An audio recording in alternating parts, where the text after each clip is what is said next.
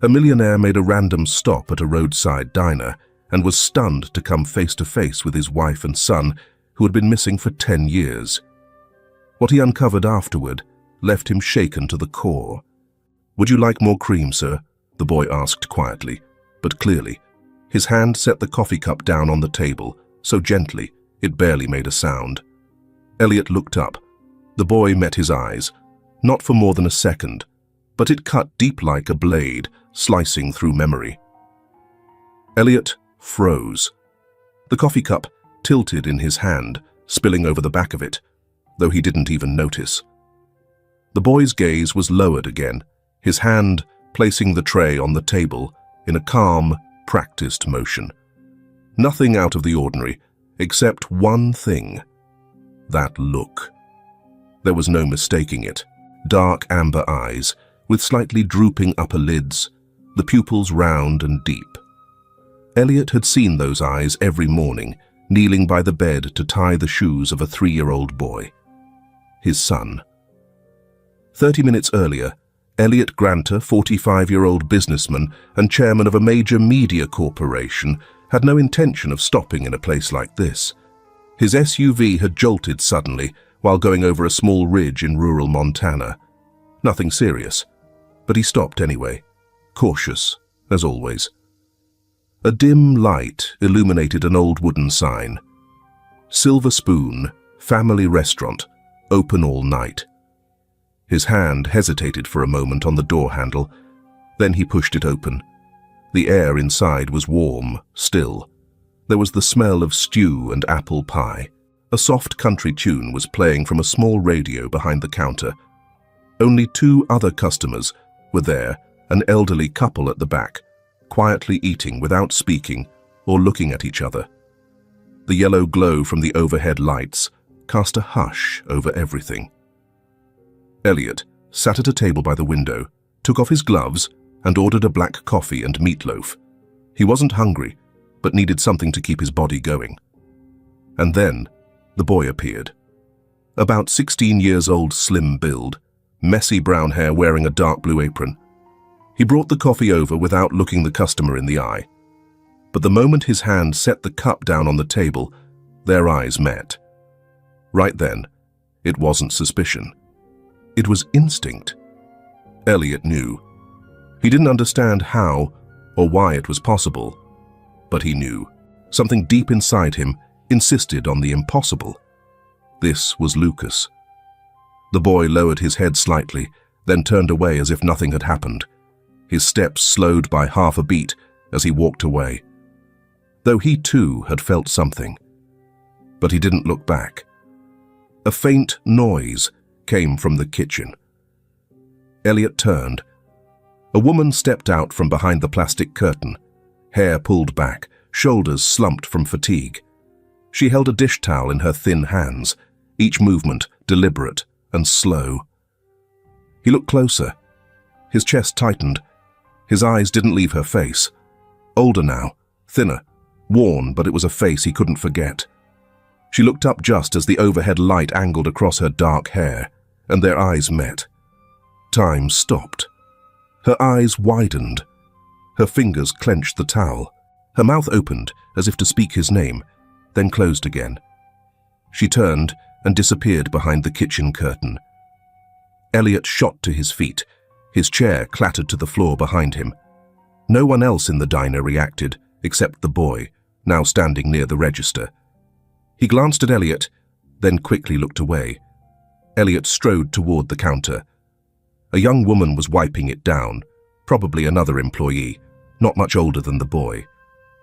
"Where's the woman who was just here?"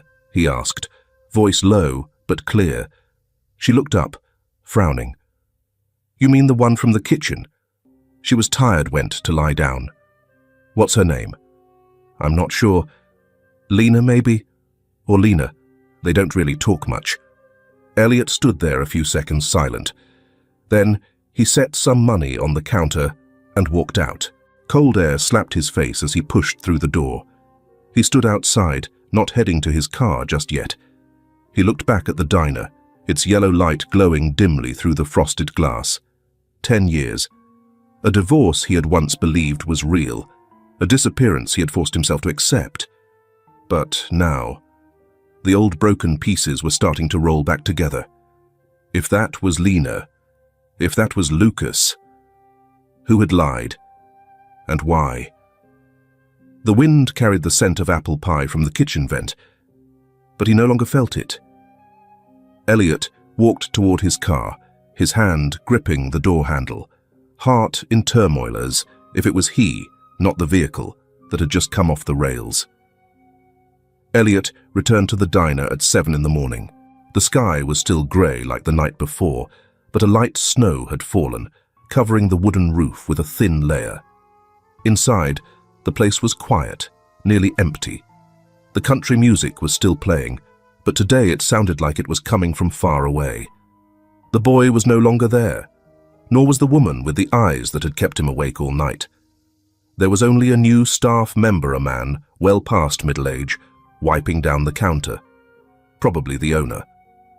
Elliot ordered a coffee and sat in the same seat as before, asking no questions. When the drink was brought to him, he spoke just one sentence. "Where's the family working the kitchen yesterday?" The man shrugged. The mother and son didn't leave a word, just disappeared. We were a little surprised, honestly, but truth be told, they always kept to themselves. My guess, they didn't want to be found. Elliot didn't press further. He stayed a few more minutes, staring through the fogged-up window at the snow-covered road, then got up and left. His steps were slow, but his mind had already begun to race.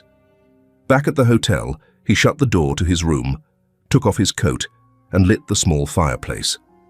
His hand opened the laptop, pulling up the work email inbox, but his eyes drifted to the old leather bag resting on the nearby chair.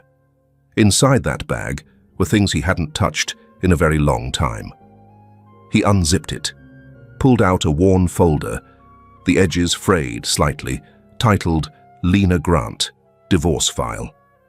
He flipped through it, page by page, like a man skimming for a scent, a memory in dust. Page 4. The divorce petition, date, grounds, contents.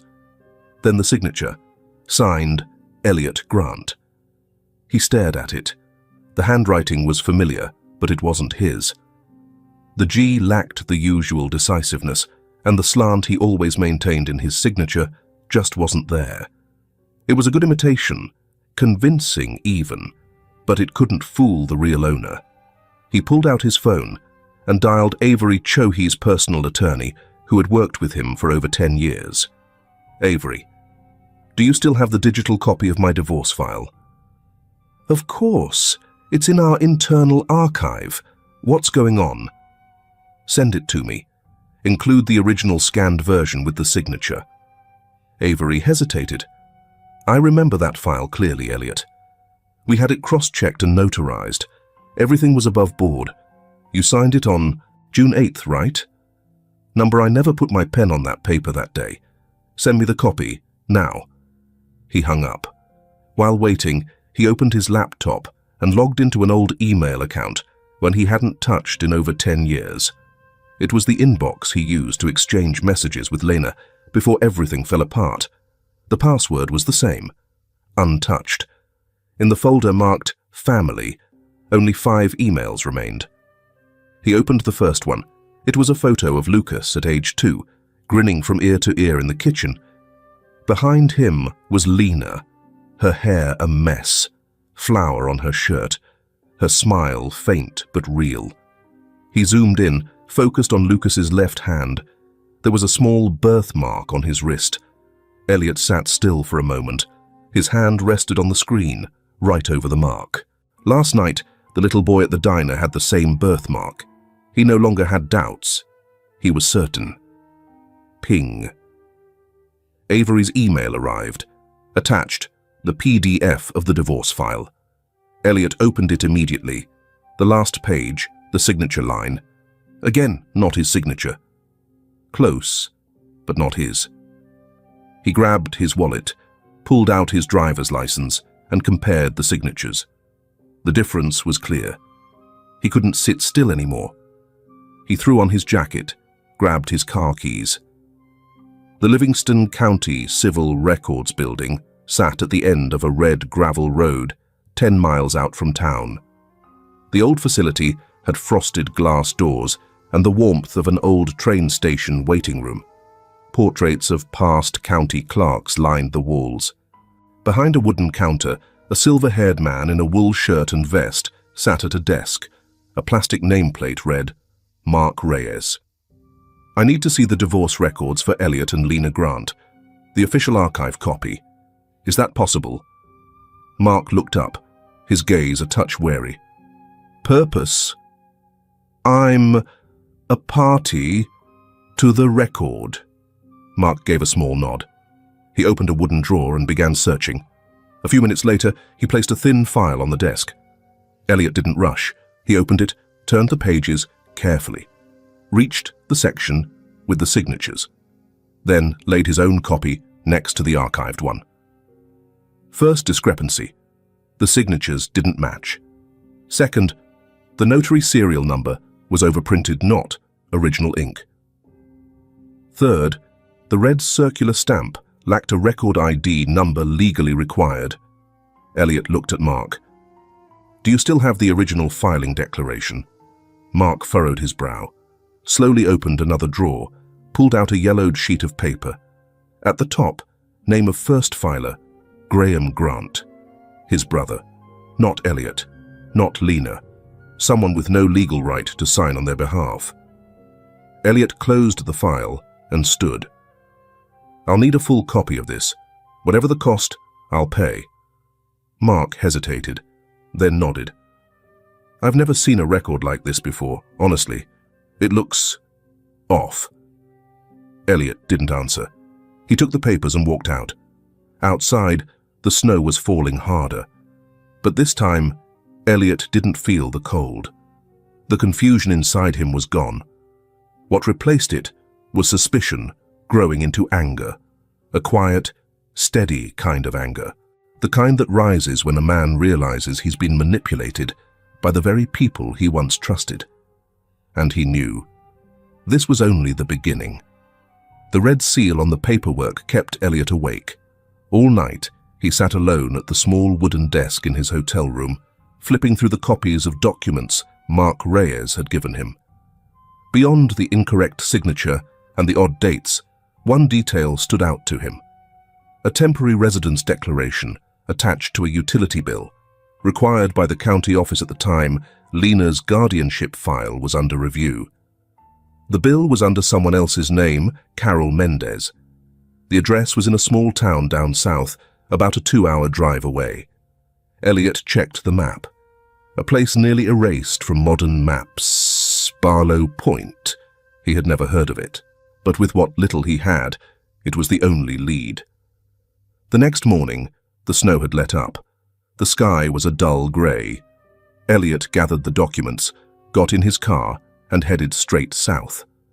Barlow Point appeared like an old slab of stone, quiet, weather-worn, and unwelcoming. Small wooden houses, dry winter lawns, no shop signs, no gas station. He stopped in front of a faded blue house, matching the address on the old bill. The wooden fence was crooked, though recently patched. Windows were shut tight, thin white curtains drawn. In his hand was a document envelope, copies of the bill, an old photo of Lena, and his business card. He knocked 3 times. Silence.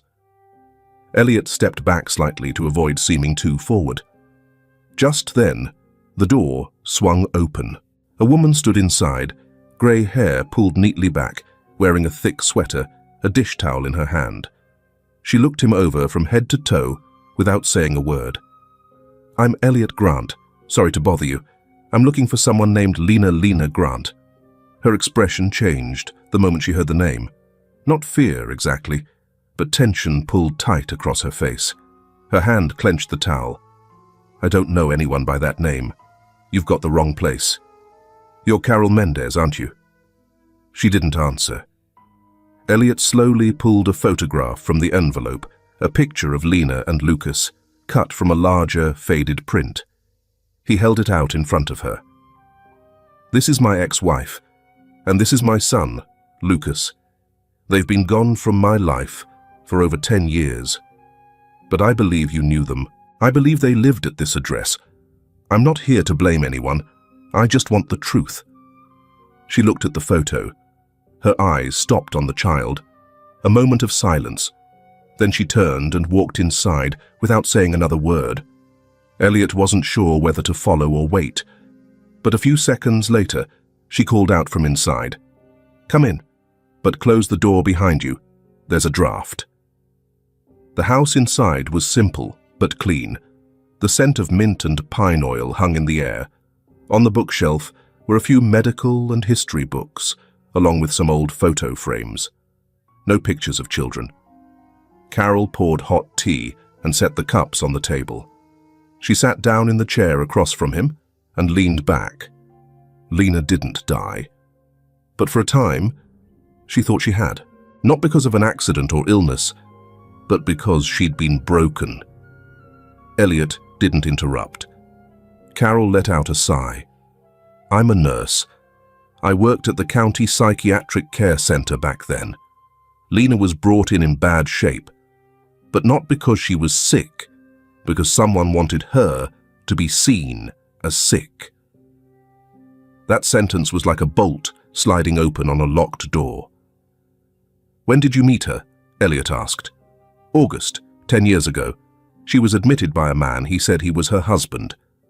Graham Grant. Court papers, proper signatures, official red stamp. But when I looked into her eyes, I knew something was wrong." Carol's gaze shifted from her tea. She wasn't delusional. She wasn't agitated, just scared. Like someone being hunted. Elliot felt a chill run down his spine, though the room was fairly warm. "You believe Lena was forced into it?" "I'm certain, but back then, I couldn't do a thing. We were just medical staff. They came with the paperwork, the signatures, test results, all looked legitimate. She told me one thing, just once when I was changing the bandage on her hand. If he finds out, he won't believe me. He was me. Yes, Lena thought you were siding with your family. Because when she cried for help, the first to turn her away was your cousin Graham." Elliot leaned back in his chair. Every word she said was a cut across old memory. "After that, what happened?" Carol was silent for a moment. Then she said, "I helped her escape. I know it was against the rules, but if I hadn't, she would have disappeared for real. I used my name to rent a temporary place, hid her and the baby there for a week. Then they left. I don't know where they went." Elliot clenched his fists. He thought about all the unanswered calls, the letters returned, stamped, "Addressee unknown." "I'm sorry I didn't believe her," he said. Carol looked at him for the first time with a softer gaze. "It wasn't your fault. She never hated you. She was just afraid your silence would be the thing that killed her." The room fell quiet after Carol's words. The kind of silence that didn't just fill the space, it seemed to press down on it. Even the ticking clock on the wall hesitated. Elliot leaned gently against the back of the chair, as though his body had suddenly remembered the weight of everything he'd carried. His throat burned, not from illness, not from emotion exactly, but like the dry heat that lingers after walking through a smoke-filled room. It felt like he'd stepped into a dream where nothing was quite right, and no one had warned him he was dreaming. His eyes dropped to the floor, but his mind had already slipped backward, 10 years in a blink.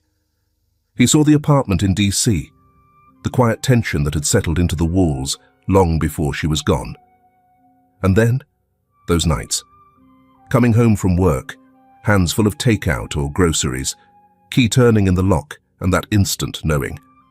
No sound of Lena humming in the kitchen, no scent of garlic or rosemary in the air, no small thud of Lucas's feet against the hallway floor as he came running, arms outstretched, squealing, "Daddy!" Just the stillness, just the cold. He remembered the way his voice sounded in those empty rooms too, loud, too desperate, calling her name even when he already knew she wasn't there. The voicemail messages that went unanswered, the carefully chosen words that never got a reply. Later, in that cramped attic apartment in New York, where the pipes clanged and the wind slipped through the window cracks, he had lain awake at night, staring at the ceiling, repeating the words like a mantra, over and over. She left because it was her choice, as if saying it enough times would turn it into something that hurt less. But no one chooses to be erased from the world like that. Was she afraid of me? Elliot asked. Carol shook her head slowly. Number. But she believed you wouldn't believe her, and that hurt more than fear ever could. Elliot tightened his grip. His voice dropped low, steadying himself. What about Graham? Did he ever come looking for her? Not directly, but some people did ask. A man in a suit and a blonde woman. They didn't give their names. Came just once after Lena left. I lied and told them she'd crossed into Canada. They never came back. Elliot locked it in his memory. Blonde hair. It could have been Graham's personal assistant back then, Candace, the one who always claimed to know nothing about private matters. He pulled a business card from his jacket pocket and placed it on the table. This is my number. If you remember anything, any detail at all, please call me. Carol nodded and took the card. As Elliot rose to leave, she added, her voice gravelly, if you see her again, don't make her apologize. Elliot paused for a moment, then gave a slight bow, not as a promise, but as a quiet acceptance. Elliot followed the trail of a crumpled slip of paper tucked inside the old housing assistance application file Lena had once used, a small file he'd found in the local archive library, thanks to a tip from the girl at the bookstore. On the last page, there was a handwritten note, the purple ink smudged by water. Fiona Lang, confirmed that Lena is caring for her son, freelance artist. Café the Yellow House, Wexler, small artsy town, known for its community of independent painters and weekend student performances. Elliot had never been there. But the name Fiona Lang brought back Carol's final words. Lena's still alive, but she lives like no one's supposed to know she exists. Wexler was nearly a 2-hour drive from Barlow Point, winding through low hills and bare-branched woods. Elliot arrived in the afternoon. The sky was overcast, the light dull and heavy, like it carried the weight of memories still lingering somewhere among the unopened shops and narrow streets. The Yellow House Cafe sat at the end of the main road brown tile roof. Yellow wooden frames, wind chimes swaying, and a chalkboard sign out front. Student guitar performance, 5 p.m., free admission. Elliot pulled to the curb and stepped into a warm space filled with the scent of baked goods, coffee, and hushed voices. He chose a seat tucked in the back, still clutching the file envelope inside his coat. In his mind, he wasn't sure who he hoped to see, Lena or Lucas. And then, the guitar began. Lucas sat center stage, black t-shirt, jeans, hair brushing his neck. He tuned his strings, head slightly bowed. There was no need for an introduction. Elliot knew it was Lucas. Not by the face, but by the gestures, the way he dipped his head in concentration, the way his left shoulder lifted when he cradled the guitar exactly how Elliot had been at 20. He began to play. No glance at the crowd, no search for reassurance, just the sound of strings raw, warm, a little hesitant at first, then finding steady rhythm. The song was original, simple lyrics, a refrain that echoed, "A road with no name, a hill with no home, you asked me, is someone waiting at the end of winter?" A few audience members bowed their heads gently in time with the music. Elliot couldn't take his eyes off his son. Inside him, a strange feeling rose, part pride, part acheus, if he were watching a stranger walk away, carrying a piece of his own heart. The boy finished the song without fanfare, no bow, just set the guitar down and exited the stage through a side door. Elliot stood up and quickly made his way out through the back of the cafe. Outside, the alley was cold. Lucas was walking toward the end of the building row. Elliot called out, "Lucas!" He stopped, turned. For a brief moment their eyes met. There was no surprise, only recognition. Lucas spoke first, his voice steady, neither raised nor low. "I know who you are." Elliot slowed down, his voice trembling. "Son, I didn't know what had—" "Don't go near my mother again." A simple sentence. No anger, but sharp as ice. Lucas held his gaze for exactly 3 more seconds, then turned away. His steps weren't hurried, but they were firm. He didn't look back. Elliot stood, frozen. His heart didn't break, it just fell slack, like a snapped string, silent. He walked back toward the cafe, but didn't go in. He leaned against the doorway, trying to catch his breath. Elliot had just started to turn away from the cafe door when a soft female voice spoke behind him. "You're Elliot Grant, aren't you?" He turned around. A middle-aged woman with deep red hair, wearing a green wool coat, holding a notebook. Her face wasn't unfamiliar, but her eyes were cautious. "I'm Fiona Lang, manager of this place. I saw you once, on the news a few years back, giving some kind of talk. But honestly, I recognized you from a photo Lena still keeps." Elliot froze, then gave a slow nod. "You knew her?" Fiona glanced around, then stepped in a little closer, her voice quieter. "I did. Not well, but I hired her to illustrate a few posters for the town. She kept to herself, kind, never caused trouble. Folks here respected that." Elliot hesitated a moment. "Do you know where she's living now?" Fiona looked up, straight into his eyes. Her tone wasn't harsh, but it was unmistakably firm. "I do. But if you're here to ask her why she left, then you're about 10 years too late." Elliot swallowed hard, his gaze dropping. "I'm not here to accuse her. I just want to understand." Fiona's tone softened slightly. "Lena still lives in town, still painting, raising Lucas on her own. Nobody bothers them, and if you're truly looking to do something right, don't make her feel like she's been found again." She paused for a few seconds, then gently placed a small slip of paper in his hand, an address for a small gallery on the edge of town. "She doesn't need to hide anymore, but she still needs peace." After saying that, she turned and went inside. Elliot stood there for a few more minutes.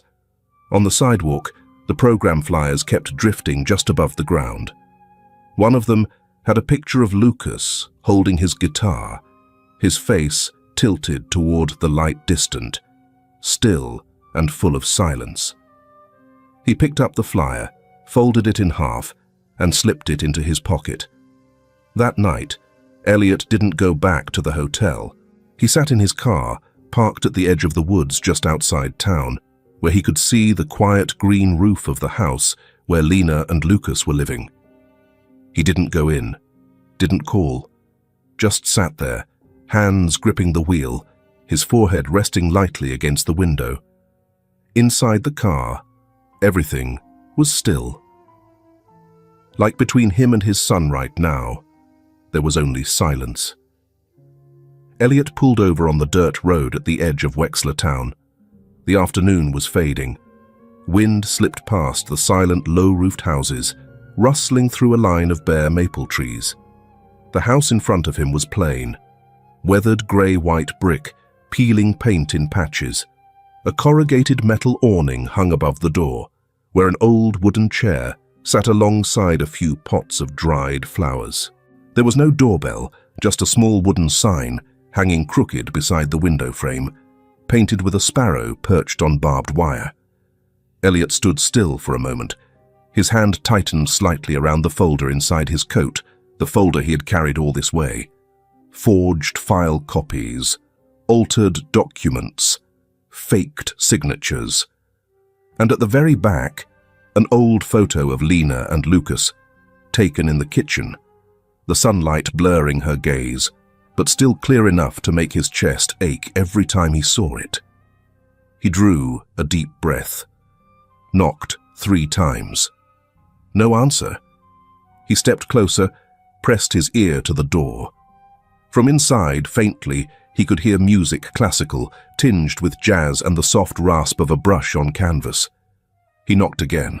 This time, footsteps approached slowly, followed by the light sound of a latch being lifted. The door cracked open. Lena stood there. The light behind her spilled outward, catching half her face. Her hair was tied back hastily, with a few loose strands brushing her cheek. She wore an old sweater, her hand stained with pale blue paint. There were shadows under her eyes, and she wore no makeup. But what stunned Elliot wasn't how much she had changed, it was the utter quiet in her eyes.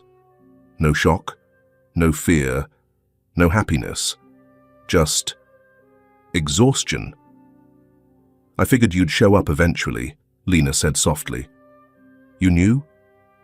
"Lucas told me, after the show." He couldn't hide it in his eyes.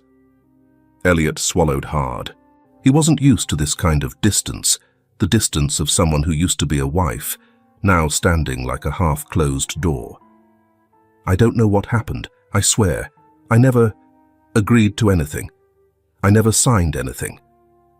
Lena looked at him for a few seconds, then stepped back half a step, but didn't open the door any wider. "You were gone for 2 months, and when you came back, I had vanished, and for 10 years, not a word from you. No sign you were looking. I used to think you were complicit, or worse, indifferent." Elliot shook his head and took a cautious step forward. "I called. I wrote. But everything came back. No replies. I was cut off. So was I." Lena gave a faint smile, without a trace of mockery. "Someone forged my signature. The diagnosis postpartum psychosis was signed by Graham's hand. Every step I took was watched. Every word I said was questioned. Your cousin turned my life into a trap." Elliot bit his lip, then held out a stack of papers. "I found these. Not to prove anything. Just to start again." Lena didn't reach for them. She glanced at them briefly, then quietly shook her head. "They won't lift anything off my shoulders, because what I lost wasn't just a signature, it was time, trust, a whole life that was stolen from me." Elliot's throat tightened. His eyes drifted to the room behind Lena fabric-lined wooden walls, a large easel, and a painting still in progress.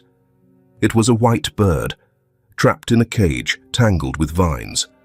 He spoke, almost a whisper. "You still paint?" Lena gave a slight nod. "I can't stop. It's the only way I keep myself here." She stepped back a little, as if to close the door. Elliot understood the signal, but the words slipped out anyway. "Did you ever think, what if you tried calling me just one more time?" "I did. I thought about it. Then I stopped, because every time you didn't answer, a part of me died." Elliot bowed his head, his voice rough. "I'm sorry." A long silence. Finally, Lena exhaled. Her voice was gentler, but not soft. "I don't need your apology. I need you to understand. Things can't go back to the way they were. Lucas isn't the child you remember, and I'm no longer the woman who used to wait at the door every night you came home late." Elliot took a step back. "But I'm not giving up. I didn't come here to reclaim anyone. I came because I needed to know you're still alive, and how you've been living."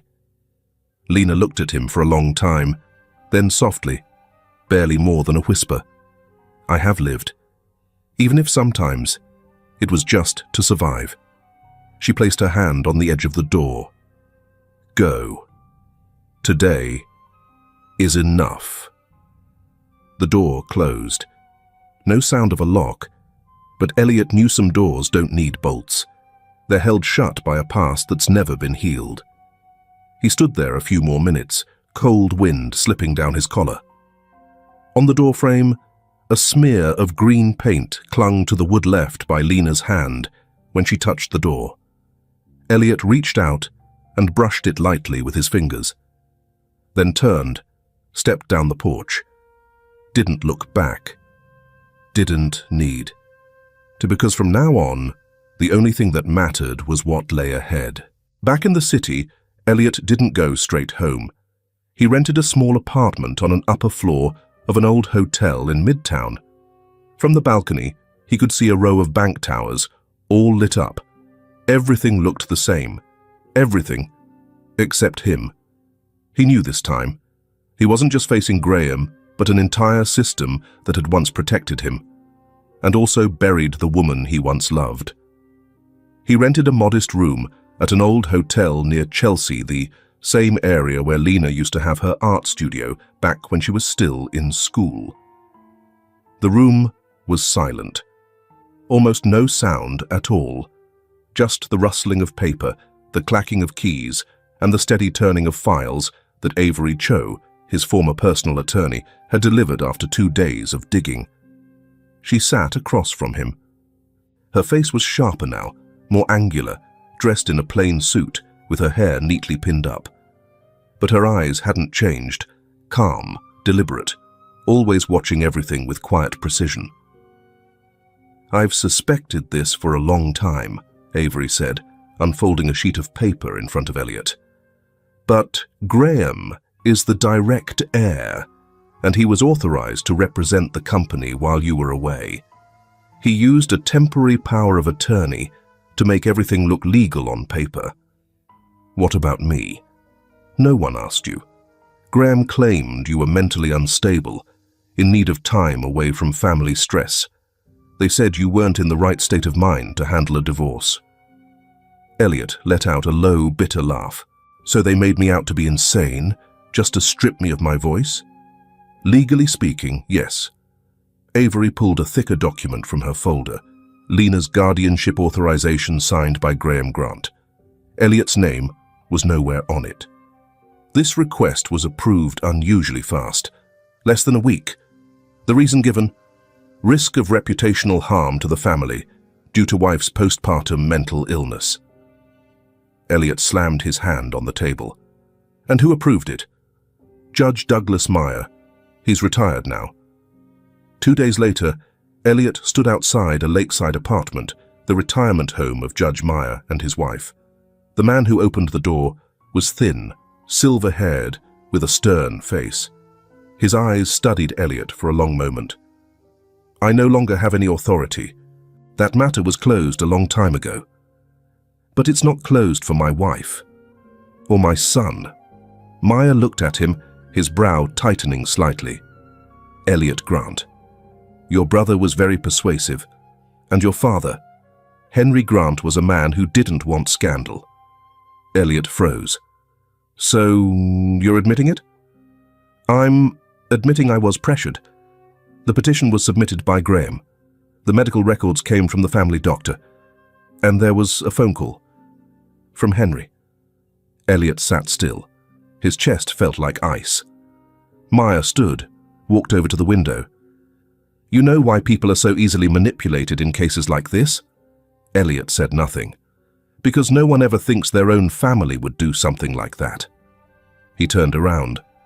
His eyes no longer angry, just tired.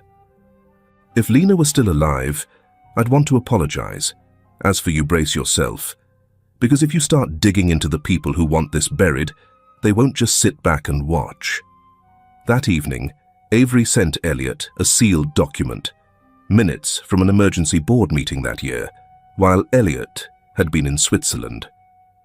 Graham Granthis' cousin, the son of the eldest uncle, had taken over Elliot's role for 8 weeks. And in those 8 weeks, he did 2 things.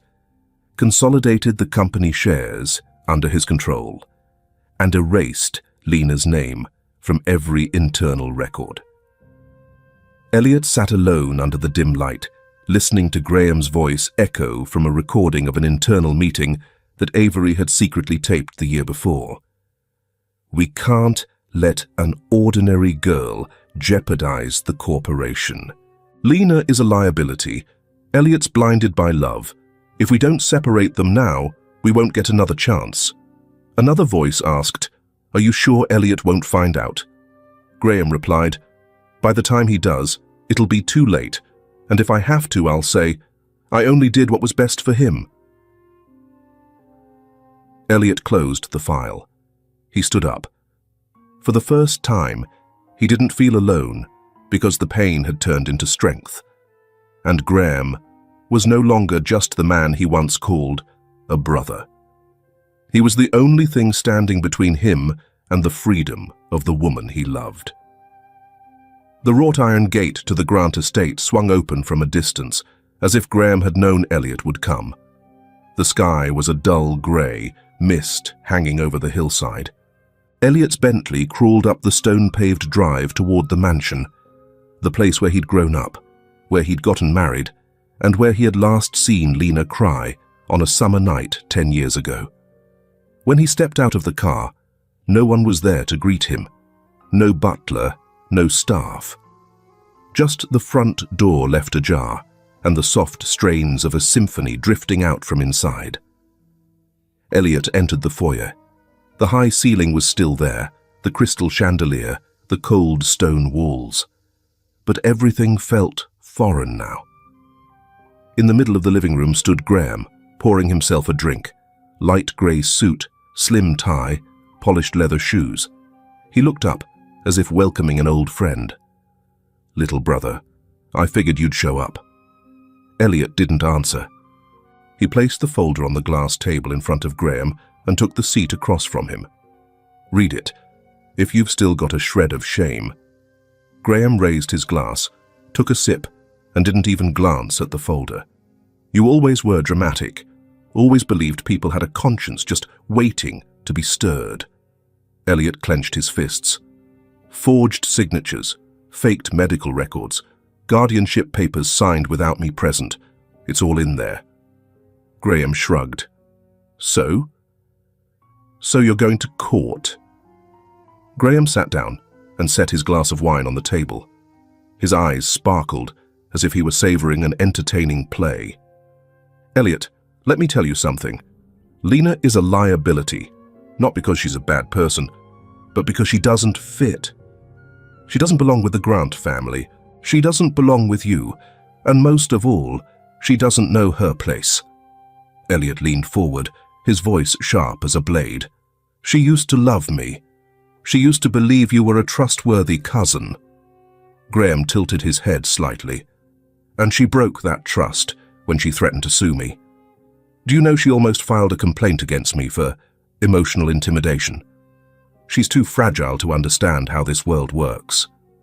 Elliot shot to his feet. "She was terrified of being silenced, of being watched, of being confined. Because of you, Graham. Because of you." Graham let out a quiet chuckle. "You think the family doesn't know? They do, and they're on board, because you're the heir. If you fall, everything collapses. I'm preserving the Grant family's name. I did what needed to be done." Elliot paced, then stopped by the window and drew a deep breath. He turned back around, eyes red. "Lena is a human being, not some asset to be sacrificed for so-called reputation." "But you sacrificed her without even realizing it," Graham replied, as if delivering the final line of a story. "Because you were too busy with meetings, business trips, speeches. You left. I just cleaned up what you abandoned." Elliot raised a hand, almost lunging at him, but he stopped just inches before his fist would have landed. Graham didn't flinch. He just looked at him, lips curling into a faint smile. Elliot stepped back, picked up the folder, his voice low. "The next time we meet, it'll be in court." He turned and walked away. No more words. Graham didn't call after him. He simply lifted his wine glass and drained it in one long swallow. The door clicked shut behind Elliot. He walked through the gate, his stride firm as he made his way to the car. There was no more wind now, only rain starting softly, as though each drop was testing the ground. The first beads hit the windshield, stretching into pale, blurry streaks, like they were smearing out everything he'd just heard behind a cold grey veil. He opened the car door and slid into the seat. The interior light flicked on, casting a pale glow on the folder he still clutched tightly, pages full of printed lies, icy signatures, and a confession spoken without a trace of remorse. Outside, the rain grew heavier, but inside him, there was no room left for fear. The old flame once love, once regret, once a silent ache now, burned in a different way, cold, deep, and steady. It didn't consume him. It lit the path ahead, a strength born from the only thing he still had left, the truth. And he swore. This time, he wouldn't let it be buried by silence, even if it meant standing against his own blood. Lena opened the door before Elliot had a chance to knock. She stood there holding a cup of hot tea, her face bare, no makeup, her eyes looking like she hadn't slept all night. She didn't ask why he had come. She wasn't surprised. "I knew you'd come back," she said, in an even tone neither sad nor glad. Elliot stepped up to the threshold, but didn't come inside. "I'm not here to apologize," he said, "and I'm not asking you to forgive me."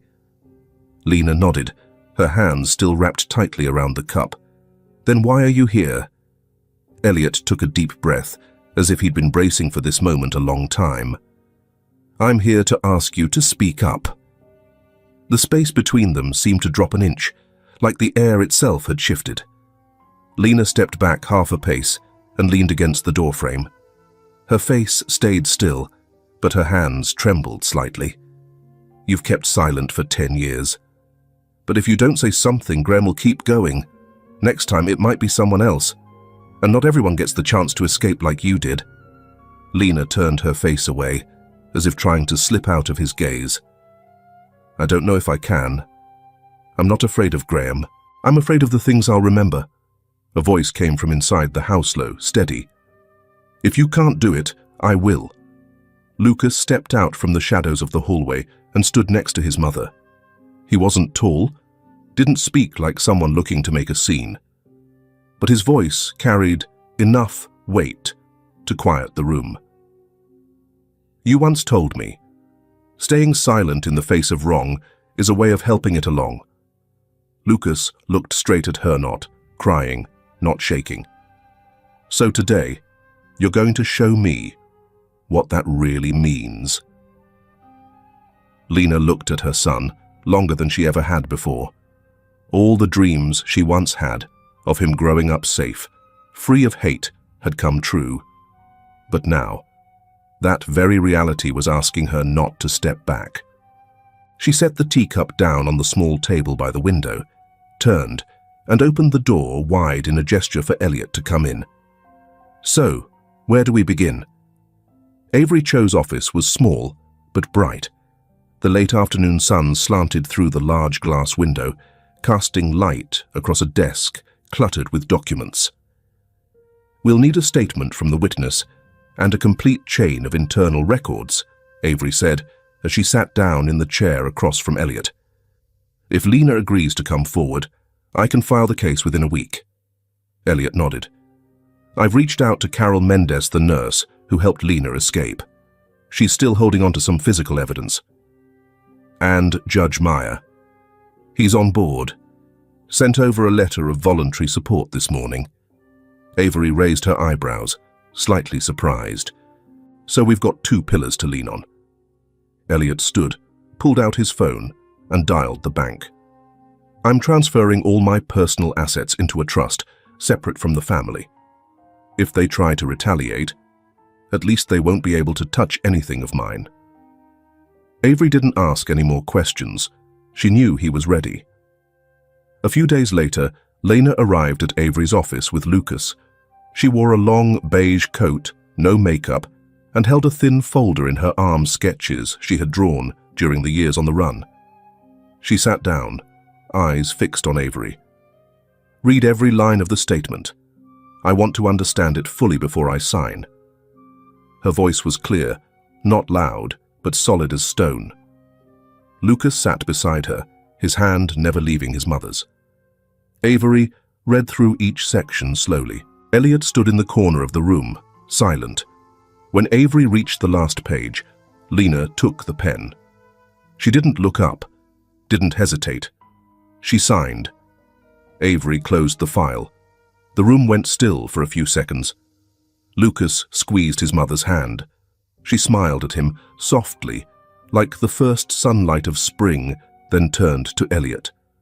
"I'm not signing this to go back to the past. I'm signing so what happened to Minerva happens again." That night, Elliot stood by the window in his small rental apartment in Midtown.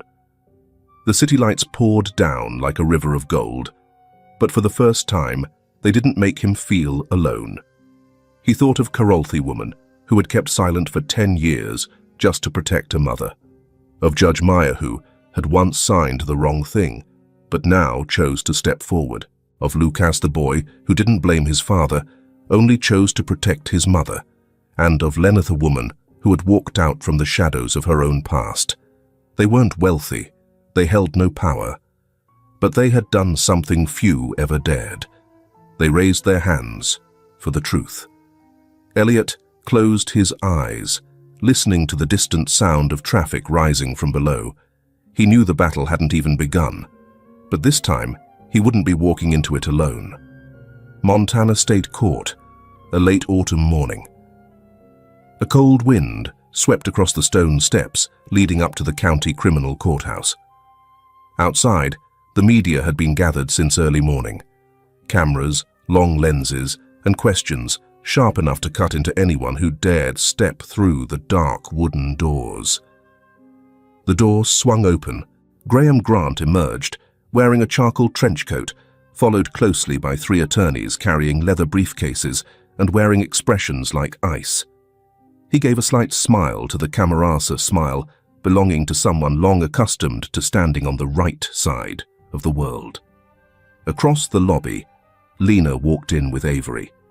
No bodyguards, no media entourage.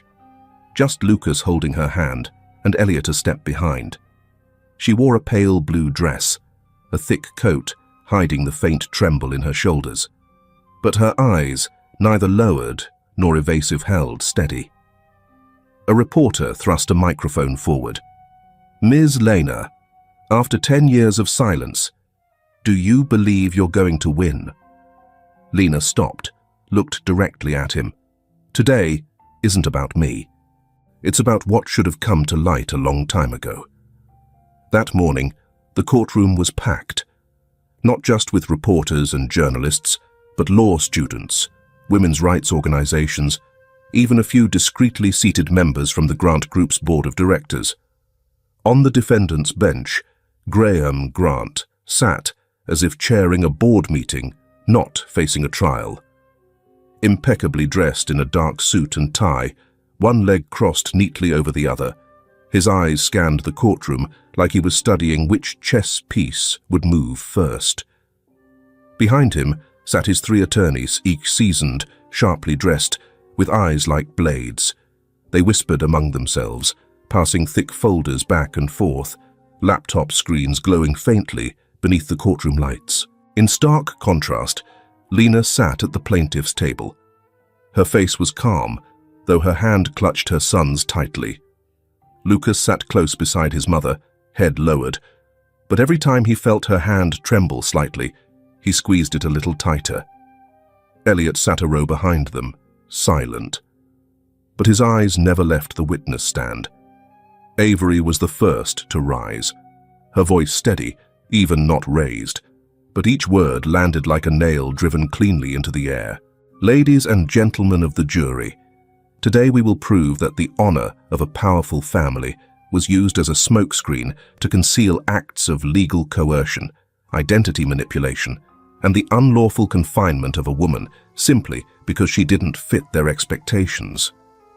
She presented a stack of documents, a copy of Lena's guardianship, contract missing a valid signature from Elliot, a medical record hastily signed by a doctor with no background in psychology, and most notably, a divorce petition filed without the plaintiff's verified presence.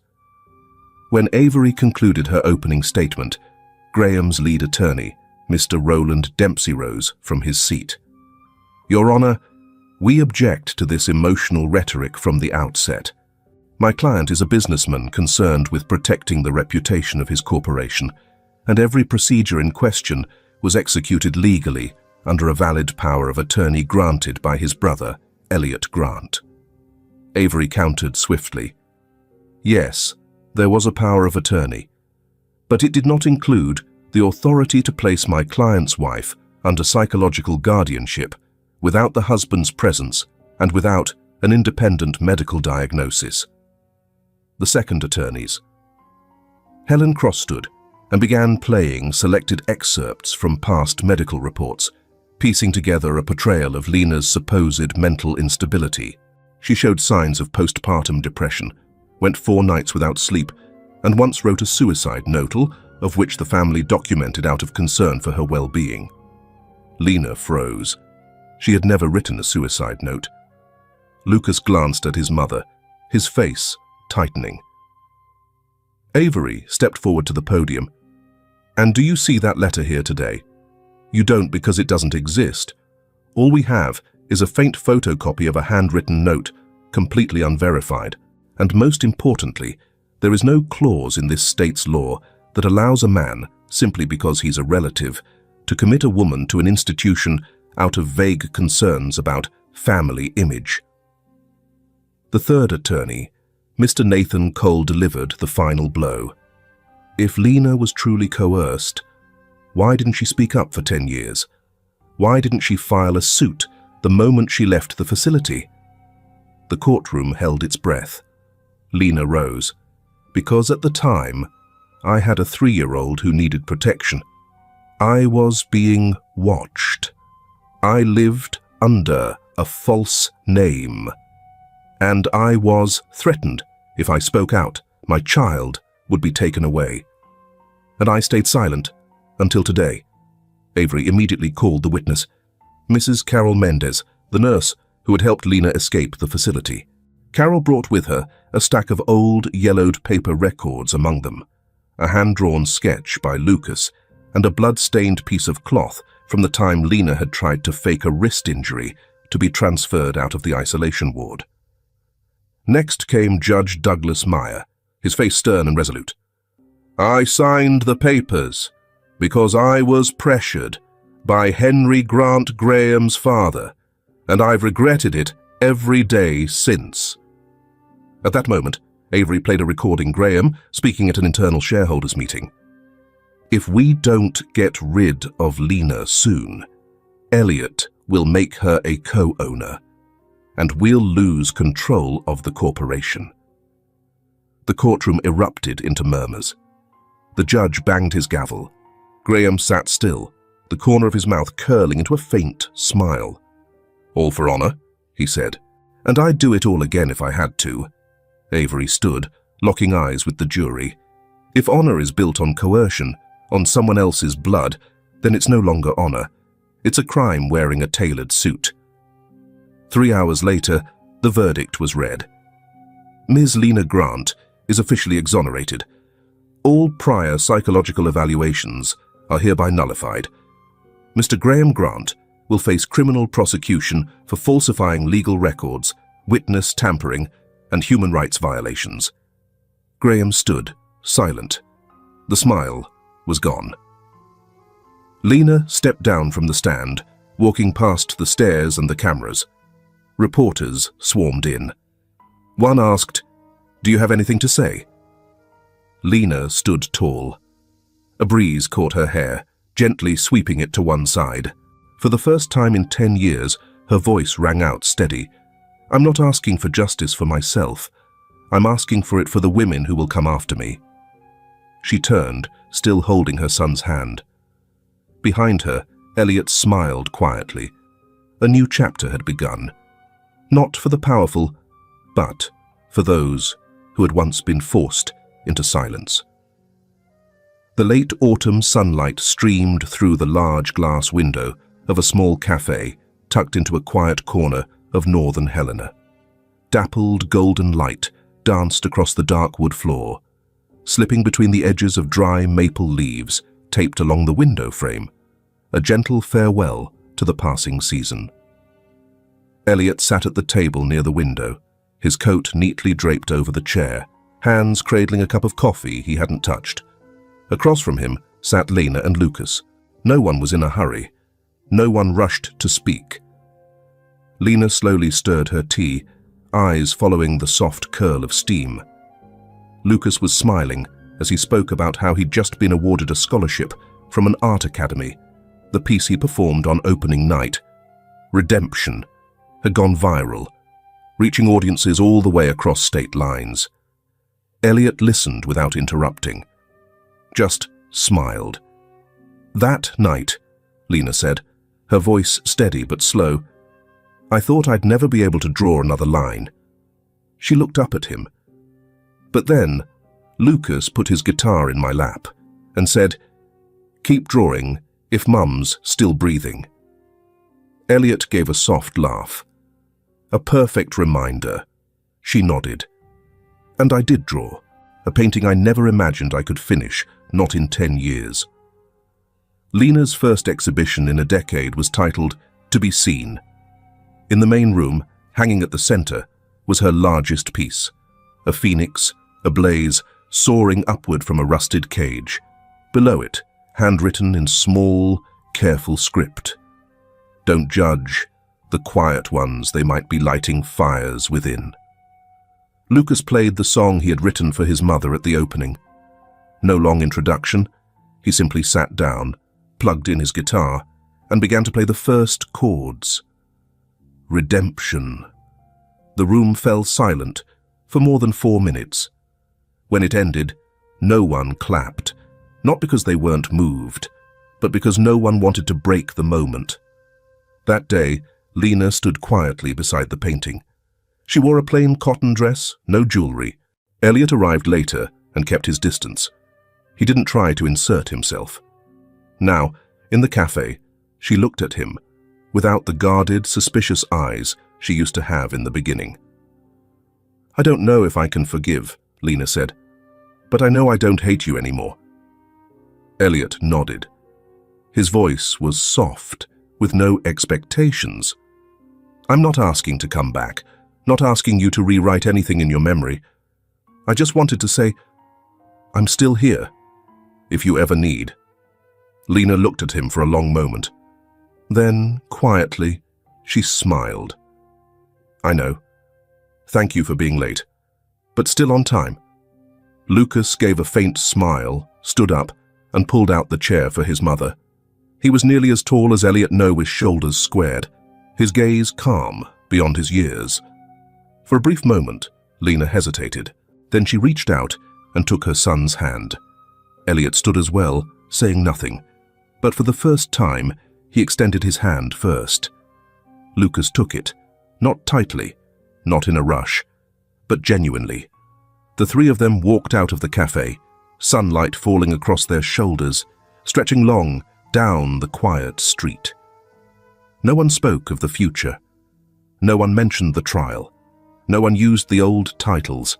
Just three people walking together down a new road, imperfect, but real. There are wounds no one can see, and there are silent battles that last a lifetime. But sometimes all it takes is one person, just one, to stand up, and hope, once thought lost, begins to flicker again. The story of Lena, Elliot, and Lucas is not a fairy tale. There's no magic in it, only truth. At times harsh, but always necessary to speak. And when the truth is spoken, it becomes strength. What do you think of Lena's decision? If you were in her place, would you have the courage to speak up? And Lucas, a boy, who chose to stand in the silence and side with his mother, doze, he remind you of someone in your life? I'd truly love to hear your thoughts. Don't hesitate to leave a comment, not just for me to read, but so others know they're not alone. Thank you for spending your time with this story. If it touched you, share it with someone who might need a little light.